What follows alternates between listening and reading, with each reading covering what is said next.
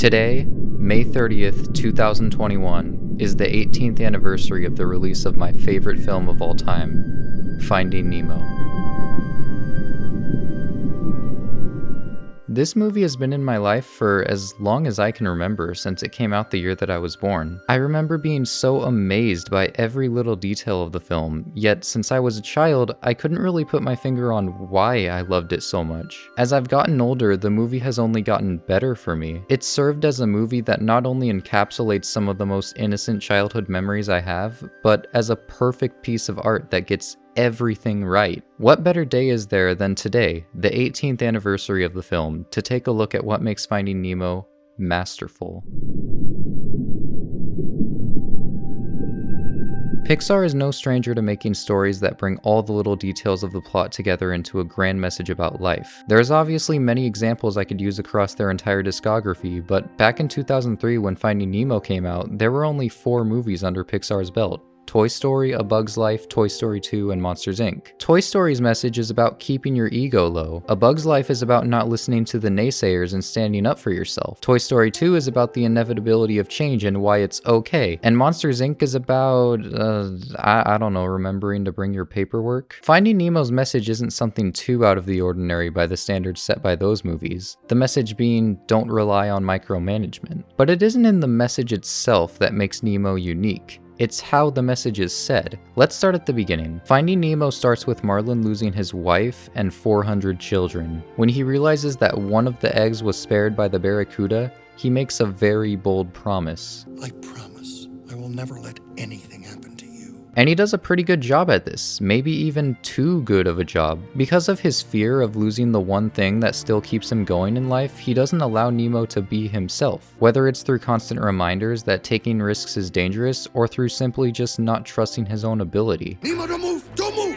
You'll never get out of there yourself. This takes a toll on Nemo, who clearly wants to believe that he's greater than what his dad makes him out to be. So after Marlin once again reminds Nemo that he isn't capable of doing the things he wants to, Nemo decides to prove Marlin wrong. He swims all the way to the distant boat in the open ocean to touch it. But instead of proving Marlin wrong, he kind of proved him right, because he's then captured by sea divers and taken away. What makes the setup for this movie feel so devastating is that between Marlin and Nemo, there isn't a clear person to blame for this situation, because we understand and feel for both characters despite them being polar opposites. We understand why Marlin wants to overprotect Nemo. We saw what happened when he let his guard down. And even though we can sympathize with Marlin, we can clearly see that he's taking things a little too far and isn't allowing Nemo to be his own person. We understand why Nemo defied his father, and we're kind of rooting for him. Both characters are likable, making their actions justifiable in the eyes of the viewer. What happens from here onto the rest of the movie is the transformation of both Marlin and Nemo. Having his preconceived idea of the ocean confirmed, Marlin does everything he can to save his son. When he meets Dory, though, things start to get interesting.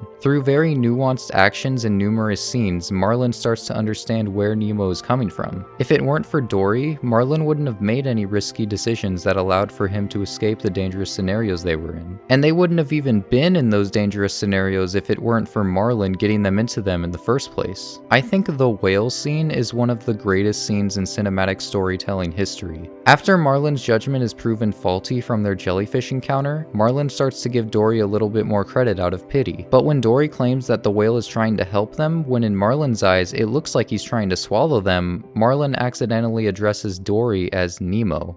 You think you could do these things, but you can't, Nemo! That's when Marlin finally lets go. He realizes that Nemo's entire life was not lived by him and what he wants to do, it was lived by Marlin and what's best to keep him safe. Marlin still has his doubts, however, and he expresses them to Dory. How do you know something bad isn't gonna happen? I don't! Yeah, that's life right there. Are you ever really going to do anything significant in your life if there isn't at least a little bit of danger and variables involved? And as Marlin finds out, when you take the risks, you might find out that they weren't really as bad as you thought they were gonna be. That was fun! done? And you know, they really could have just stopped right there and called it a movie. Marlin finds Nemo, tells him how old sea turtles are, they return home, and they live happily ever after. But what makes this story excel above all others is that it doesn't just show one side of the story. We get to see Nemo as he transforms from a scared, unconfident fish into an independent individual who knows that he can do great things. How did he get there? Well, let's go back to the beginning, right after Nemo was captured. At this point, you can only assume that Nemo's self-confidence has plummeted into a pit. He attempted to show to his dad, and partly to himself, that he's capable of doing much more than his dad thinks he can, and it doesn't really work out for him. That's why when Nemo finds himself in danger in the fish tank, he feels the need to call out for his dad since he's always been there to save him. I have to get back to my dad! Oh, Daddy! Help me! In the process of trying to keep him safe, Nemo's dad never taught him how to keep himself safe. So when they're separated, Nemo feels helpless. That is, until Gil is introduced. Countless times, Gil gives Nemo the confidence he needs to figure out how to do things on his own. You get yourself in there, you can get yourself out. He puts more trust in him than Marlin ever did because he is the opposite of Marlin. He believes that trust and independence will keep someone safe. And what do you know, Nemo starts to learn from all of this that maybe he can do incredible things without the help of his dad. So at the very end, after Nemo and his dad reunite, all of a sudden a giant net comes to capture all of the fish in the area. Nemo, having the confidence and knowledge to save them, decides to give it a shot. But Marlin still has his doubts, like any father would. This time, he isn't trying to say that Nemo is incapable of doing the things that he's trying to do. He's just naturally worried about losing him again. No, I am not gonna lose you again! But because of everything that's happened in this movie, Marlin puts the trust in his son and allows him to attempt to save the fish. And guess what? It worked. Now both Marlin and Nemo have a greater understanding and appreciation for each other that they wouldn't have had if they hadn't gone through their own separate journeys. Like I mentioned in my Pixar Ranked video, this movie's story plays like poetry. It's well aware of its message from the start, and every single scene in the movie serves a purpose in growing the characters into their new forms so they can finish with a grand finale. Little dudes are just eggs, we leave them on a beach to hatch, and then cuckoo-ca-choo, they find their way back to the big old blue. All by themselves? Sure.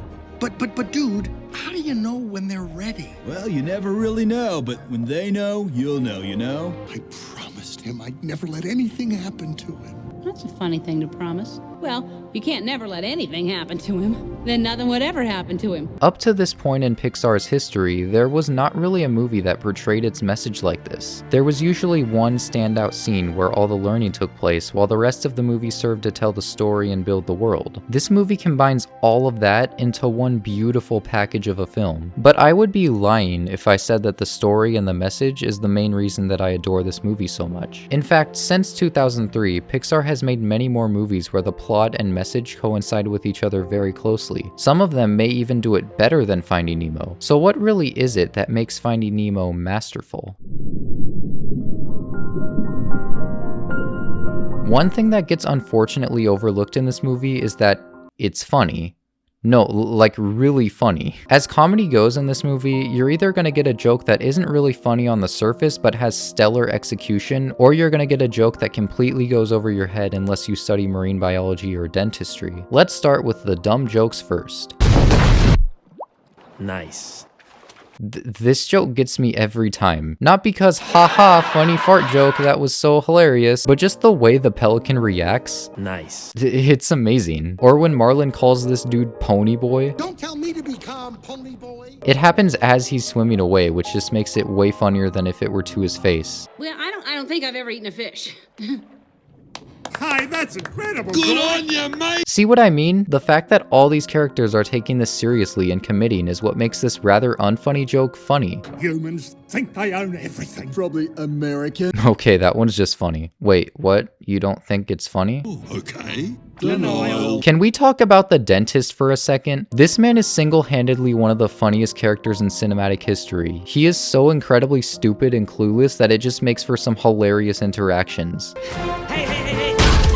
What the? Huh. Darn kids. Well, What? So you're just gonna leave the window open? Not only did this psychopathic man wipe the fish tank gunk on this kid's bib and violently yank a tooth out of someone's mouth on accident, he also almost decided to just throw what he believes is a dead fish into the trash can. Gonna get flushed down the toilet. He's gonna get out of here. he's gonna get flushed. What a smart little guy. Oh, no, not the trash. I would love to know what is going on in this man's galaxy brain. They really didn't need to make this character too special since he barely does anything for the plot, but this just shows how above and beyond Pixar goes with their films. Another thing that makes them go above and beyond with their films is that they actually do their research. What a surprise. And remember, we keep our supraesophageal ganglion to ourselves. He basically just said, keep your hands to yourself. I had to Google that. I don't know anything about marine biology. What did he use to open? Gator Glidden drill. He seems to be favoring that one lately. Now he's doing the Schilder technique. Oh, he's using a headstrom file. That's not a headstrom file. That's a K-flex. It's got a teardrop cross-section. Clearly a headstrom. No, K-flex. Headstrom. K-flex! Wow. Only Pixar would put obscure dentist jokes in their $1 million budget animated film targeted towards children. I guarantee you I watched this movie at least 500 times as a kid and none of these jokes made sense to me. Speaking of the target audience of this film, this cult-like fraternity ceremony that they have for Sharkbait to welcome him into the group is probably the most nightmare-inducing scenes a child could ever watch. But now that I'm older, it's just hilarious. This scene just happens out of nowhere and it's one of the first impressions we get to these fish tank characters. It's just so weird, but that's honestly what makes it hilarious. It's kind of rare to have a movie with such great comedy in it while maintaining a serious tone and delivering a deep message about life. A handful of Pixar movies can't find that balance, and it's usually the biggest criticism that I have with that movie. Either the comedy works perfectly, but the emotional core suffers from it, or the emotional core is spectacular and the comedy suffers from it. Somehow, Finding Nemo fuses both of them. We're able to go from Marlin struggling with the loss of his son to these sharks joking about how Americans are greedy. Alright, so the movie is funny. It has a masterful plot, masterful characters, and masterful comedy. But what else? Why is this movie better than every other movie in existence to me? The reason this movie sticks out with me like no other, the reason that this movie is ranked #1 on my Pixar list, the reason that I believe this movie is masterful is for one simple reason. Finding Nemo sparks the most innocent inventiveness in all of us.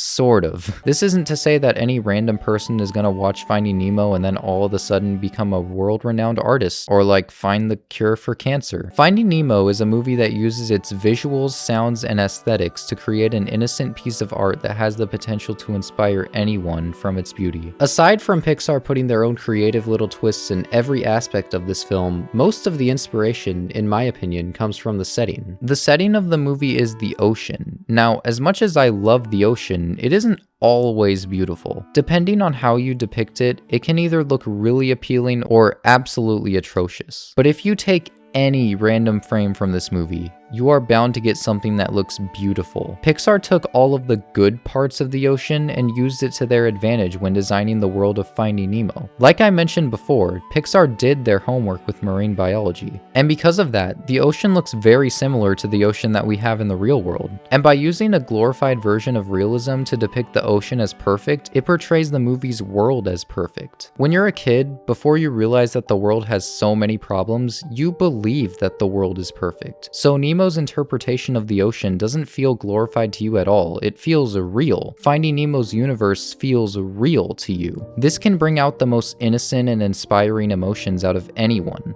Honestly, I don't even know if I'm properly explaining this, but just watch this.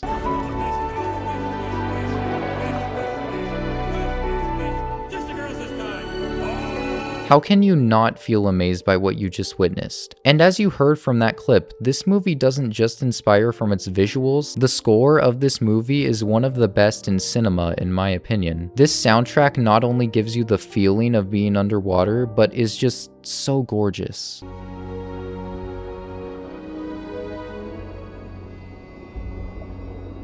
I'm 5 pages into the script of this video, and I think I've hit a lot of points that really pin down why this movie means so much to me, but like I said in my Pixar ranked video, am I really ever gonna put into words why this movie means so much to me? I truly believe that this movie not only played a big role in inspiring me to be who I am today, but perfectly encapsulates who I was as a child. And as much as I love Pixar's other movies, and as much as I love other movies, this is the only movie that I can say that for. Finding Nemo is masterful.